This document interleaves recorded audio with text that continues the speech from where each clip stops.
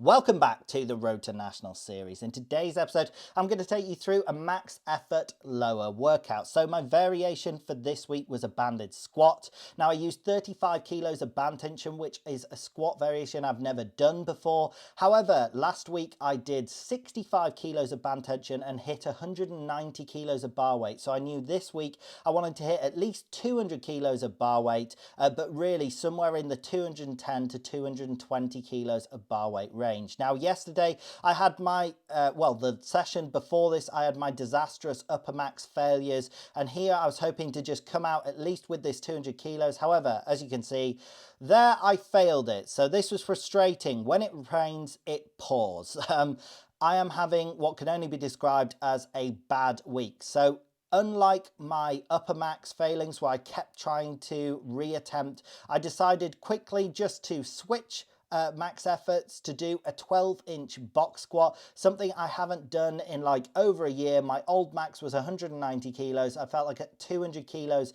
was going to be really easy. Even when I did 190, it wasn't all out. But here I built up to 270 kilos and even that didn't move great. And I knew as soon as I did that there was no chance I was going to hit like at least 200 kilos on this, which is what I'd wanted. So here is really where I should have walked away altogether. It was just accept that I'm having a terrible week. For whatever reason, I'm slightly weaker, probably like 5 to 10% weaker. But instead, I felt a little bit reckless and impetuous, and I just wanted to go one last time and actually attack these squats, the banded squats. So this 170 kilos actually moved better than it did the first time. And I think if I'd attacked it like this the first time, I'd have probably made that 200 kilo squat on the first attempt. But when I reattempted here, I still failed. I think I was just too drained. And obviously I had my last upper max workout where I'd done like 12 upper max variations and had drained myself and my nervous system anyway. So a bit of a disaster again there. And I think the main reason for this is I have been entering a deficit and losing weight at a fairly steep rate. I've lost about 3 kilos, which is like 6.5 pounds in like a couple of weeks. So it is quite a steep surplus. And that is probably responsible for me feeling very under recovered. I'm just not feeling like I have oomph in these sessions. So I'm going to use this opportunity whilst I'm dropping weight to just build up a base. I'm probably going to do lighter, higher rep accessories, and I might do multiple rep maxes on my max effort days, like just doing a heavy triple and maybe just work on the technique, particularly for squats and deadlifts. So my first accessory there was RDLs. They were at the all-time heaviest I've done just because I was a bit angry and I was like, I'm just going to pull these. So my weakness on deadlift is lockouts. So I'm wanting to hit RDLs to work on that. I did 220 kilos for sets of 6, which is my all-time heaviest. I've done 200 kilos for I think sets of 6 or maybe 7 or 8 before, but those RDLs were okay. The one thing I didn't like is my back was rounding a bit. Now, rounded backs aren't terrible inherently. Like all of the heaviest deadlifts throughout history have been done with a slightly rounded back. The issue is if the back starts to round more throughout the range of motion when you're trying to lift the weight.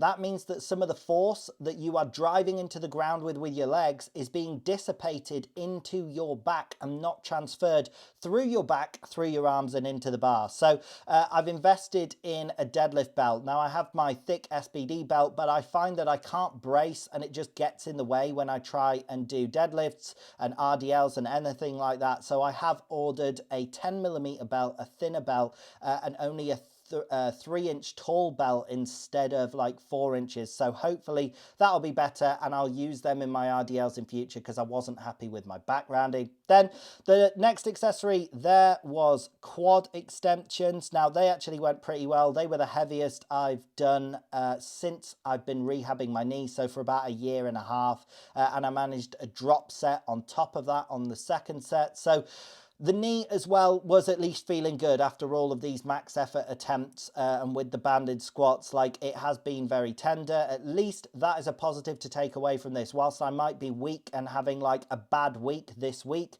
having a down week where I'm probably, like I say, 5 or 10% weaker than normal or than I'd like to be. And that is probably because of my deficit. At least I've not like re-aggravated an injury. It's not a long-term issue. It's something, I mean, it's something I can fix almost straight straight away just by eating more, but instead I'm going to dedicate this block to dropping weight, probably getting back down to the 105 kilo weight class, and then maintaining and adding a few more calories again. Maybe I'll cut even further to about 100 kilos body weight and enter a surplus, and then once I'm back in a surplus, I'll be back to smashing max efforts again. But I think I've got a bit fluffy, a bit fat, because I have basically slowly been gaining fat. I've been in a gentle surplus for like the whole of this series, but also the whole of like the year before this, since I've started powerlifting basically. And it's time to get rid of some of this fat, because the fat is not what makes you strong. The surplus is what makes you strong. It also just happens to be what makes you fat as well. So things like a deadlift as well, the belts should fit way better when I'm leaner. When you gain more weight, it makes belts fit awkwardly. So that should help as well, like with what I was talking about on the RDLs, so that I can actually wear belts, and that should help my back rounding issues. Then the next accessory, as you've just watched here, I decided to go light because I was feeling just so run down. I've been having such a bad couple of days of training, such a bad week of training. My max effort sessions hadn't gone to plan.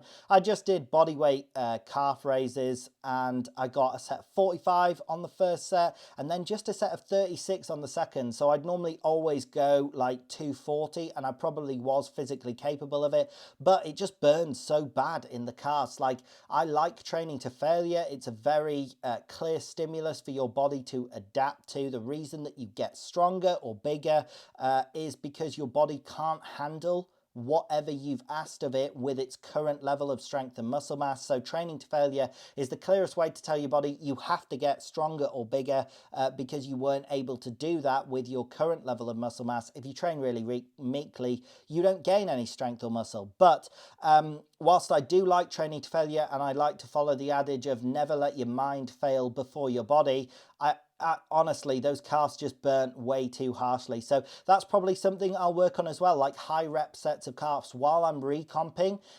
Rather than focusing on my max weight, I'm going to work on building my work capacity and priming my body to get strong once I re-enter a surplus. So take this opportunity whilst I'm in a deficit.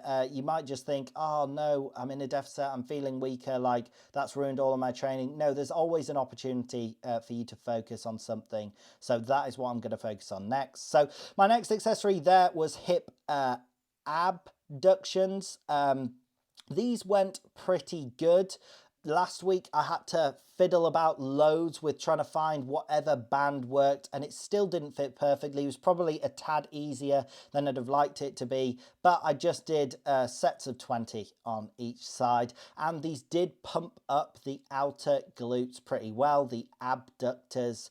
I was feeling it by the end of this set. Even though it feels like it looks really easy on each rep for me, it wasn't quite as easy as it looks here. And this is actually how I'm going to try and make all of my accessories look going forward in this next block of training, whilst I'm trying to build my work capacity, maybe build some muscle as well, even though it's in a deficit, rather than focusing on strength and doing like high weight accessories. Often I do heavy accessories, like for sets of 6, I'm going to go for higher reps, and I also find that that's probably more beneficial for muscle building. But all rep ranges are beneficial, to be honest. You should be doing everything, and then your body has been having loads of varied stimuli thrown at it, and it will adapt to at least one of those. So those went well. And then final accessory here, I just had a miscellaneous lower exercise program, so I decided to work on my deadlift grip because my lower body was feeling tired, I was feeling fatigued. I just did some axle bar holds